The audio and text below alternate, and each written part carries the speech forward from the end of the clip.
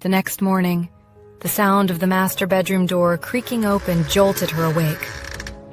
Still groggy, she shuffled to the bathroom, brushing her teeth absently until the sight of Ethan crossing the hall made her freeze. She wiped her mouth hastily and hurried out. "What are you doing?" Ethan's face was unreadable, his dark eyes shadowed with disdain. "What does it look like I'm doing?" His tone was clipped, but the weight behind his words hit harder than any shout. Susan swallowed, her fingers gripping the edge of the doorway. "I've been thinking. I'll move out," she said, avoiding his gaze. "I'll stay with a friend for a few days."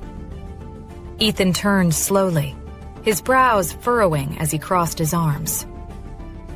"Move out," he repeated, his voice laced with mockery. "Weren't you thrilled to move in here back then? And after everything I've done for you, saving you not once, but twice, you think you can just walk away?" Susan flinched, his words cutting sharper than she anticipated. "I didn't mean..." "Didn't mean what?" Ethan snapped, taking a step closer. "Do you think you'd even be alive right now if it weren't for me? I gave you a roof over your head when you had nowhere else to go. And this is how you repay me?" She bit her lip, her pale face a mixture of guilt and resentment. He wasn't wrong, but his words burned nonetheless. Yes, he'd saved her. Yes, she'd been desperate when she turned to him. But did that give him the right to treat her like this? Susan's voice faltered. She couldn't find the words to fight back. Her shoulders slumped, her resolve crumbling. Ethan's lips curled into a cold smile, sensing her retreat. "You should reflect on yourself, Susan. People like you don't last long without someone to tolerate them. And believe me, my patience is running thin." She stood frozen as he turned away, his footsteps echoing down the hall. Her chest tightened with anger and despair, the sting of his words reverberating through her. Her fists clenched at her sides. Was this how far she'd fallen? Was it too late to take a different path?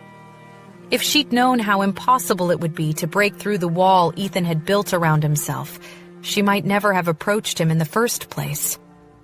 But now, standing amidst the wreckage of her choices, she realized the cost of her determination. And she wasn't sure she had the strength to keep paying for it. No matter how miserable she felt, she could not put off her work. At 8:30 a.m., Susan steered her car toward Jadeite Villa. The crisp morning air did little to soothe the weight in her chest. As she approached the entrance to Ethan's villa, her grip on the wheel tightened. In the distance, she spotted Sophia and James strolling toward Block B2. Her heart skipped a beat. That was Ethan's villa. Was Ethan allowing Sophia to renovate it? A flicker of doubt quickly turned into a gnawing ache in her chest.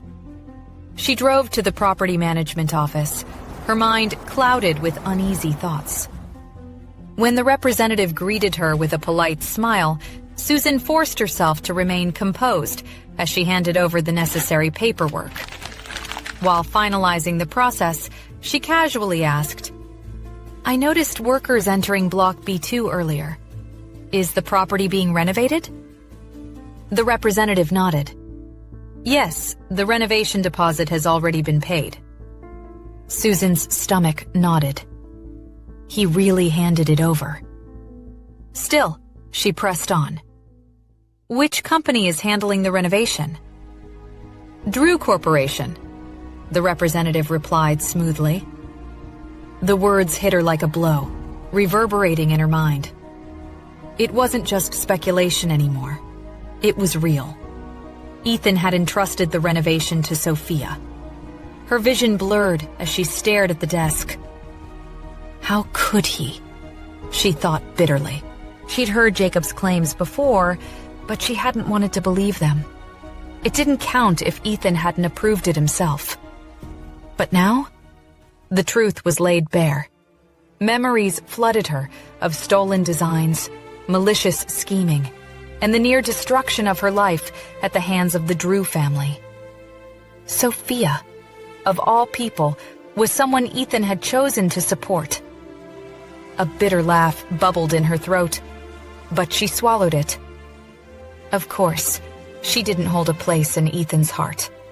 He barely tolerated her presence, let alone valued her. But she'd been the one cooking his meals, folding his clothes, keeping the house running. Did none of it matter? The sting of betrayal sharpened as she thought of Noah and Sophia. People like them didn't deserve loyalty. And yet, Ethan had chosen them, despite knowing the truth. Her steps felt heavy as she left the property management office. Her eyes burned, and her breath came shallow. She blinked back tears, but the anger bubbling inside her refused to settle. The cold medicine she had taken last night wasn't helping.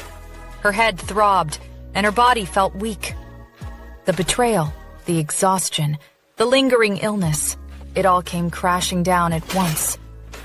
The edges of her vision darkened, and she stumbled slightly, reaching for the nearest wall to steady herself. The world felt as if it were crumbling beneath her feet. Nevertheless, she must not collapse, since no one would sympathize with her. Susan insisted on walking back to Sebastian's villa to supervise the renovation process. She stayed on site the entire day. Sebastian dropped by in the afternoon to hand out gifts as a token of appreciation for the staff's effort. She was overwhelmed by the thick envelope placed in her hands. President Langston, this gift is probably more than I deserve. It's simply a small token of appreciation. He studied her face briefly. You look unwell. Are you ill? Probably just a common cold. Take the day off and get some rest. I believe the renovation will progress on schedule. I'm not a mean boss. His voice was soft and gentle. She nodded. An outsider was more thoughtful than Ethan, who lived with her. Ethan had not inquired how she was feeling at all. He probably hated her to the core now, so why would he be bothered? A woman could not possibly live happily with an inconsiderate man, right? Thanks, President Langston. She nodded again and began to take her leave. She had only taken a couple of steps before she felt dizzy in the head. Fortunately, Sebastian reacted quickly and stepped forward to keep her from falling. The heat transmitted from her skin surprised him. You're running a high fever. Let me send you to the hospital. It's fine. Young lady, stop trying to be tough. You're working for me now, and I'll need to take responsibility if anything bad happens, he replied as he carried her into the car. Failing to fight the weakness that spread across her body, Susan drifted into unconsciousness not long after entering the car. She vaguely felt someone holding her close during the journey.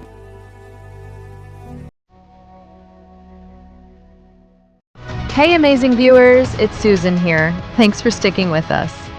By the time of the release of this video, only 11% of our viewers have joined the party by subscribing, and 89% of you might miss out on our next mind-blowing video. So, what are you waiting for? Hit that subscribe button and join the exclusive club.